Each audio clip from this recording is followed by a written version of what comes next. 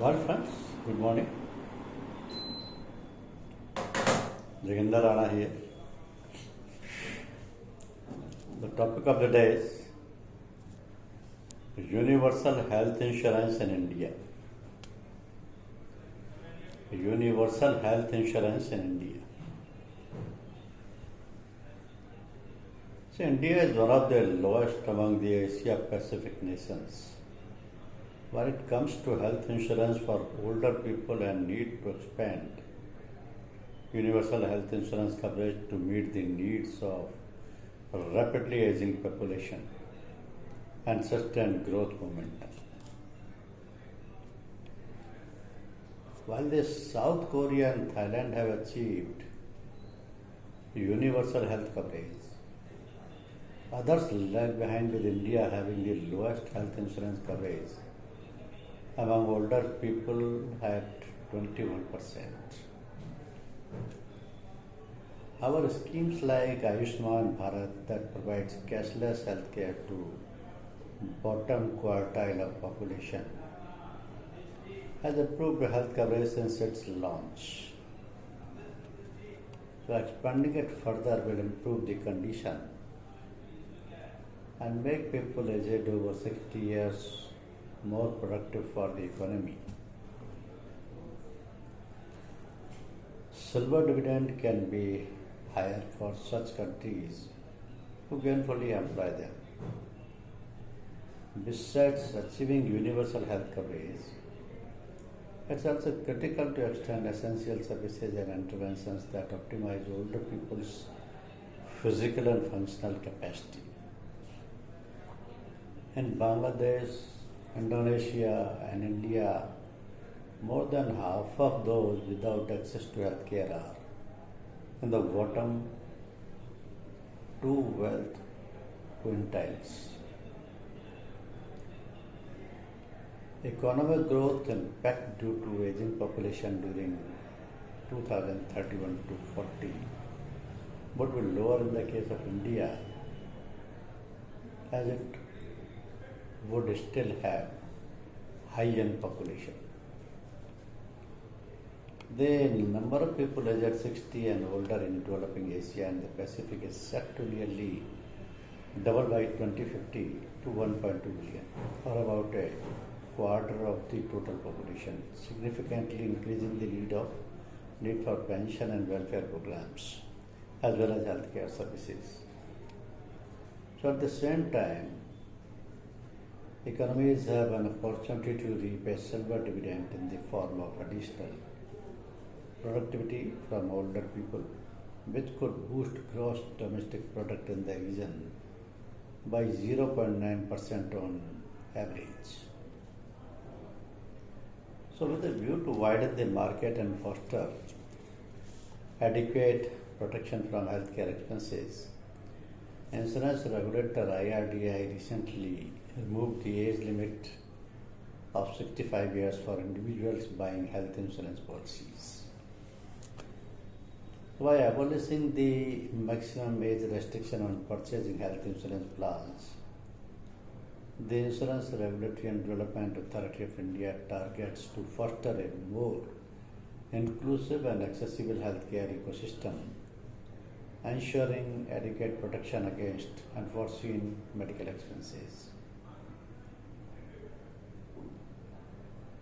An individual is considered financially prepared for old age if income, including from assets available for liquidation, meets consumption needs for the expected duration of retirement. A newly developed financial preparedness index shows the share of financially prepared near-old people, those within 5 years or so of retirement, to be as high as 86% in Japan and 73% in India, but somewhat lower at 64% in China and 58% in Republic of Korea. So there is a wide rural-urban preparedness gap in China, with only 44% of rural residents prepared, barely half of the 82% of urban residents who are prepared. So in India, China and South Korea, 80 to 90% of financial resources for retirement come from private income and assets, not public pension or social assistance. So observing that the life expectancy is or life expectancy at age 60 in the region is expected to rise by 3.7 years for women and 4.1 years for men from 2022 to 2050. This will raise the average regional life expectancy at age 60 from 21.6 to 25.3 years for women and from 18.2 to 22.3 years for men. The old women in India will see the greatest increase in life expectancy at 6.4 years, followed by Kazakhstan, Georgia, Hong Kong, China at 4.6 years. For older men, America will have the highest increase in life expectancy at 6.1 years, followed by India at 5.7 years and Georgia at 5.2 years. So Asia and the Pacific's rapid development is a success story, but it is also fueling a huge demographic shift and pressure is rising. Government need to prepare now if they are going to be able to help hundreds of millions of people in the region age well. Policies should support lifetime investment in education, skill and financial preparedness for retirement. Family and social ties are also important to foster healthy and productive populations of older people and maximize their contribution to society. So 40% of people over age 60 in Asia and the Pacific lacks access to any form of pension, with women disproportionately affected as they are more likely to do unpaid domestic work. As a result, many older people in the region have no choice but to work well beyond retirement age to survive. Among those still working at age 65 or older, 94% work in their informal sector, which typically doesn't provide basic labor protection or pension benefits. So the provision of non-contributory public health insurance below poverty line population is a critical step towards achieving universal health coverage. To increase access to healthcare and reduce associated out-of-pocket expenditure of BPL households, the Government of India implemented a tax-funded National Health Insurance Scheme, RSVY, in 2008. So the program increased health insurance coverage from less than 1% in 2008 to 12% in 2018, but failed to curb associated OOPE, means out-of-pocket expenditure. So to address gaps in the coverage of BPL households and financial protection mechanism, Bharat Government of India launched the Pradhan Mantri Jan Arogya Yojana in 2018 to provide publicly financed health insurance to around 500 million individuals, comprising the poorest 40% of the population. The Pradhan Mantri Jan Arogya Yojana aimed to address gaps in Rashtriya Swasthya Bima Yojana with an increased ceiling of rupees 5 lakh, an increase from the previous sum of 3 lakh 30,000, and an expanded service package for secondary and tertiary health care. So in addition, it aimed to address the gaps in beneficiary emoluments by applying deprivation and occupational criteria of socio-economic caste census 2011. So with the introduction of this ambitious program, the question after 5 years of its introduction is to what extent has this helped address coverage gaps. An analysis of the recently released Household Consumption Expenditure Survey data 2022-23 indicates that while the coverage of public health insurance and state-specific insurance programs for the first two population quintiles, poorest and poorest, has increased since 2018. It remains low, with less than 30% of the population in this category covered. So, Household Consumption Expenditure Survey, that is HSEC data shows that of the 50 crore eligible people from the bottom 40% population, about 13 crore are reported to be covered, and the share of people from higher quintiles is reported to be more than 50% of the overall coverage of public health insurance program.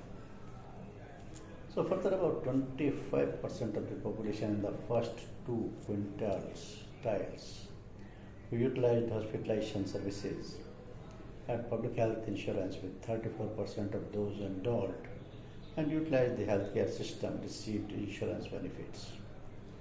In contrast, 36% from the higher quintiles received benefits.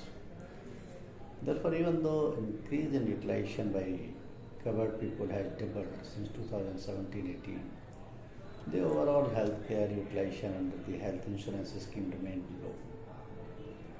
Clearly, the overall increase in population coverage and consequent distribution of health increase benefits for inpatient services remained low at the last 5 years preceding the survey. So the reasons for this need further examination. A quintile-wise analysis of survey data revealed that the cumulative participation of middle and upper middle income groups in public health insurance programs continues to be higher than low income groups. So the reasons need deeper examination, but could be due to public insurance being extended to the entire population in several states. A detailed analysis of HSCES data revealed that 68% of the total hospitalization cases were treated in government facilities, which shows that people covered by public health insurance mainly relied on government health facilities for inpatient care. But this remained unchanged since 2017-18. A further analysis of the data shows that a considerable percentage of population, that is almost 50%, who did not have public health insurance utilized government facilities. Thus, irrespective of public health insurance, people rely on government health facilities for inpatient care. So, achieving UHC means universal health coverage, requires the provision of financial protection to prevent household incurring high OP. Social Consumption of Health Survey 2018 showed that the people in the first two quintiles were incurring a higher burden of OP than the people in the last two quintiles for both inpatient and outpatient care. However, HCES data 2022 and 23 indicates a shift of burden from lower income group to higher income group for inpatient services. This indicates a positive impact of public health insurance on OP due to hospitalization in low income groups, which needs further examination. However, the scenario of the financial burden for outpatient care remained the same, as the low income groups still incur a higher burden of healthcare expenditure. Even though the HCES data indicates a lowering of the burden of the healthcare expenditure for hospitalization for the first two quintiles, they are still incurring a considerable amount while utilizing inpatient services. So, as per the HCES data, people across all quintiles are incurring significant expenditures, an average of rupees 6,700 per beneficiary, while receiving treatment for independent care. So, aligned with the findings of the Comptroller and Auditor General of India, Report 2023, this shows that public health insurance beneficiaries had to pay from their pocket for the treatments received. So, the findings of the HCES data for 2022-23 suggest that progress on universal health care through targeted public health insurance in India is lagging in two crucial aspects. One, the coverage of the targeted population, and two, financial protection to people in the first two quintiles. Even though HCES 2022-23 is not strictly comparable with NSSO 75th Survey 2017-18, mainly due to the difference in questionnaire and recall periods, a broad comparison of population coverage and medical expenditure shows that the progress toward the universal health care is slow, and coverage of the target population in the two lowest income quintiles remains low. In addition, the participation of middle and upper middle income groups in targeted public health insurance scheme is reported to be higher.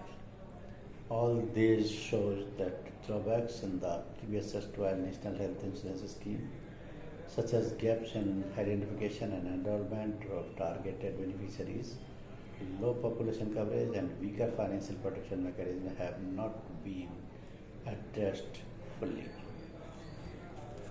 So this universal health care or universal health coverage is still some way from achieving, because the provision of non-contributory public health insurance is too below poverty line. Population is a critical step towards achieving universal health care coverage. So to increase access to health care and reduce associated out-of-pocket expenditure of BPL households, the Government of India implemented a tax-funded national health insurance scheme that is called RSBY, Rashtriya Swasthya Bima Yojana. That's also supporting it. Thank you. Thank you very much.